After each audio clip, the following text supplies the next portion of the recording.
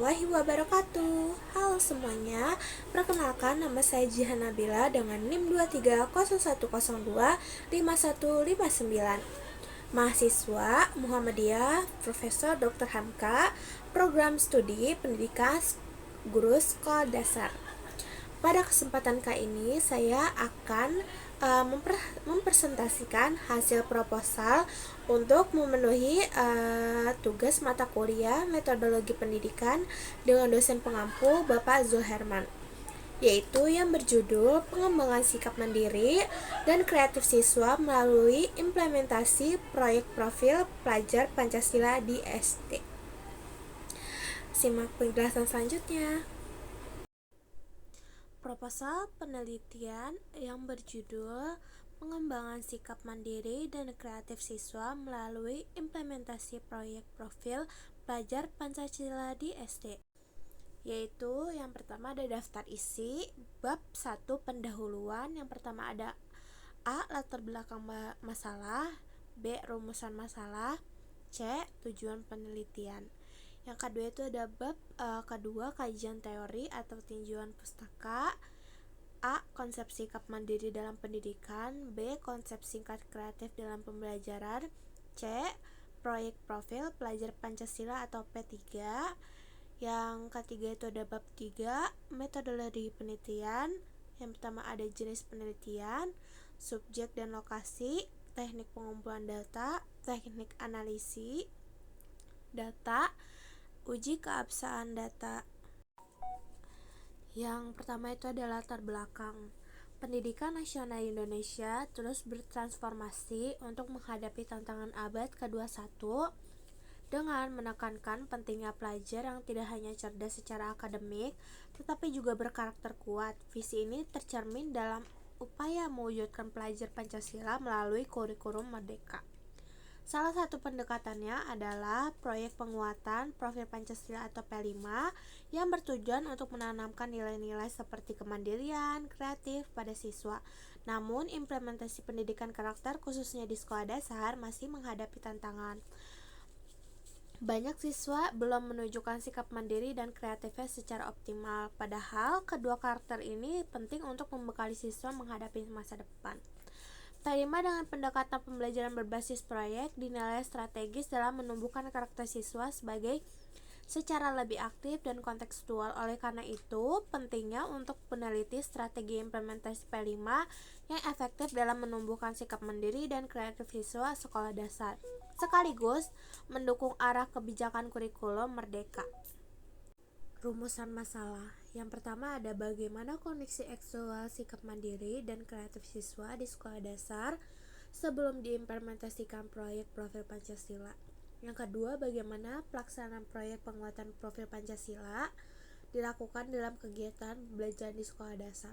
Yang ketiga, bagaimana hubungan antara implementasi proyek profil Pancasila dengan pengembangan sikap mandiri dan kreatif siswa. Yang keempat ada apa saja faktor pendukung dan tantangan yang dihadapi dalam implementasikan proyek profil Pancasila dalam upaya pengembangan sikap mandiri dan kreatif siswa. Yang terakhir, bagaimana strategi yang dapat dilakukan untuk mengoptimalkan pengembangan sikap mandiri dan kreatif siswa melalui proyek profil pelajar Pancasila. Ada tujuan penelitian. Yang pertama itu untuk mendeskripsikan koneksi aktual sikap mandiri dan kreatif siswa sekolah dasar sebelum diimplementasikan proyek profil Pancasila. Yang kedua itu untuk mengetahui bagaimana implementasi proyek penguatan profil pelajar Pancasila atau P5 dilakukan dalam kegiatan pembelajaran di sekolah dasar. Yang ketiga, untuk menganalisis hubungan antara implementasi proyek profil pelajar Pancasila dengan pengembangan sikap mandiri dan kreatif siswa. Yang keempat, untuk mengidentifikasi faktor pendukung dan tantangan yang dihadapi dalam pelaksanaan P5 terkait pengembangan sikap mandiri dan kreatif. Yang kelima, untuk memutuskan strategi optimal dalam pengembangan sikap mandiri dan kreatif siswa melalui implementasi proyek profil pelajar Pancasila atau P5. Selanjutnya ada bab 2 yaitu kajian teori. Konsep sikap mandiri dalam pendidikan. Sikap mandiri penting ditanamkan sejak sekolah dasar sebagai bekal karakter. Berdasarkan self-determination teori, kemandirian mendorong siswa bertindak secara sadar dan bertanggung jawab. Pada usia 6-12 tahun, anak mulai mampu menyelesaikan tugas sendiri dan membangun motivasi intrinsik pembelajaran yang memberi ruang eksplorasi dan pengambilan keputusan mendukung penguatan sikap ini, sejalan dengan dimensi profil pelajar Pancasila. Yang kedua itu ada konsep sikap kreatif dalam pembelajaran. Sikap kreatif mencakup keberanian berpikir berbeda dan menghasilkan ide baru. Menurut Sternberg, strategi seperti ini mendefinisikan ulang masalah dan mempertanyakan asumsi membantu siswa berpikir kritis dan inovatif. Usia 6-12 tahun adalah masa ideal menumbuhkan kreatif melalui eksplorasi dan kolaborasi.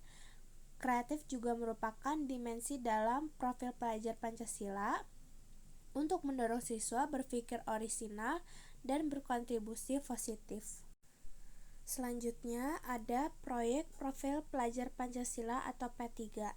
Proyek Profil Pelajar Pancasila atau P3 adalah pendekatan terbaru dalam pendidikan karakter di Indonesia. Melalui program ini, peserta didik diarahkan untuk mengembangkan 6 dimensi utama profil pelajar Pancasila, yaitu pertama, beriman, bertakwa kepada Tuhan Yang Maha Esa, dan berakhlak mulia. Yang kedua, berkebinekaan global. Ketiga, bergotong royong. Keempat, mandiri. Kelima, bernalar kritis. Dan yang keenam, kreatif. Yang ketiga itu ada bab 3, metodologi penelitian. Yang pertama itu ada jenis penelitian. Penelitian ini menggunakan pendekatan kualitatif dengan jenis deskriptif kualitatif. Pendekatan ini dipilih karena penelitian berfokus pada analisis proyek implementasi proyek pelajar Pancasila P3 secara alamiah, serta pada pemaknaan dinamika pengembangan sikap mandiri dan kreatif siswa dalam konteks pembelajaran. Tujuan dari penelitian ini bukan untuk mengukur secara numerik, tetapi untuk memahami secara mendalam pengalaman dan interaksi subjek yang terlibat dalam pelaksanaan proyek. Yang kedua itu ada subjek dan lokasi. Penelitian ini dilakukan di SDN Sukatani 7, Depok yang telah menerapkan kurikulum Merdeka dan proyek pelajar Pancasila atau P3. Subjek utama adalah siswa kelas 4, didukung oleh guru, kepala sekolah, dan orang tua untuk memperoleh gambaran menyeluruh tentang pelaksanaan dan dampak proyek terhadap sikap mandiri dan kreatif siswa. Yang ketiga itu ada teknik pengumpulan data. Pengumpulan data dilakukan secara kualitatif melalui observasi, wawancara semi struktur, dan studi dokumentasi. Validitas data diperkuat dengan triangulasi sumber dan teknik untuk memperoleh pemahaman menyeluruh tentang pengembangan sikap mandiri dan kreatif siswa dalam proyek P3. Yang keempat ada teknik analisis data. Yang pertama itu ada reduksi data. Data dari observasi, wawancara, dan dokumentasi dikategorikan sesuai fokus seperti sikap mandiri siswa, strategi kreativitas dalam proyek, peran guru, hambatan dan dukungan pelaksanaan P3. Yang kedua itu ada penyajian data, disusun secara sistematis dalam bentuk narasi dan tabel. Contoh, sikap mandiri, siswa menyelesaikan tugas tanpa dibimbing. Buktinya, terus catatan observasi. Yang kedua itu ada kreativitas, siswa membuat produk dalam barang bekas. Bukti, dokumentasi karyanya.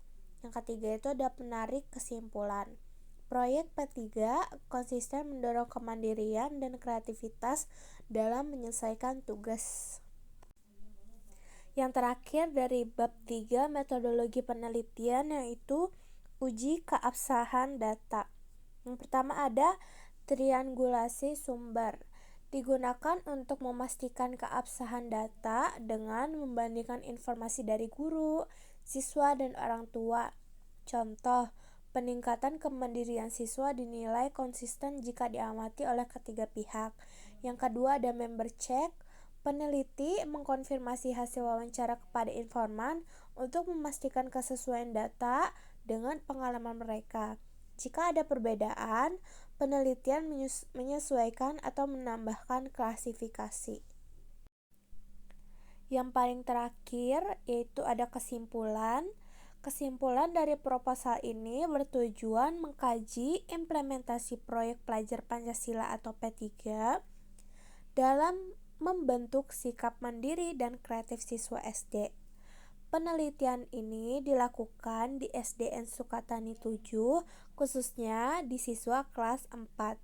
Dengan pendekatan kualitatif deskriptif, data dikumpulkan melalui observasi, wawancara, dan dokumentasi, serta divalidasi lewat triangulasi sumber dan member check. Hasil penelitian diharapkan memberi kontribusi dalam strategi pendidikan karakter yang mendorong kemandirian dan kreatif secara berkelanjutan. Kurang lebihnya mohon maaf dari saya. Sekian presentasi hasil proposal saya. Kurang lebihnya mohon maaf. Wassalamualaikum warahmatullahi wabarakatuh.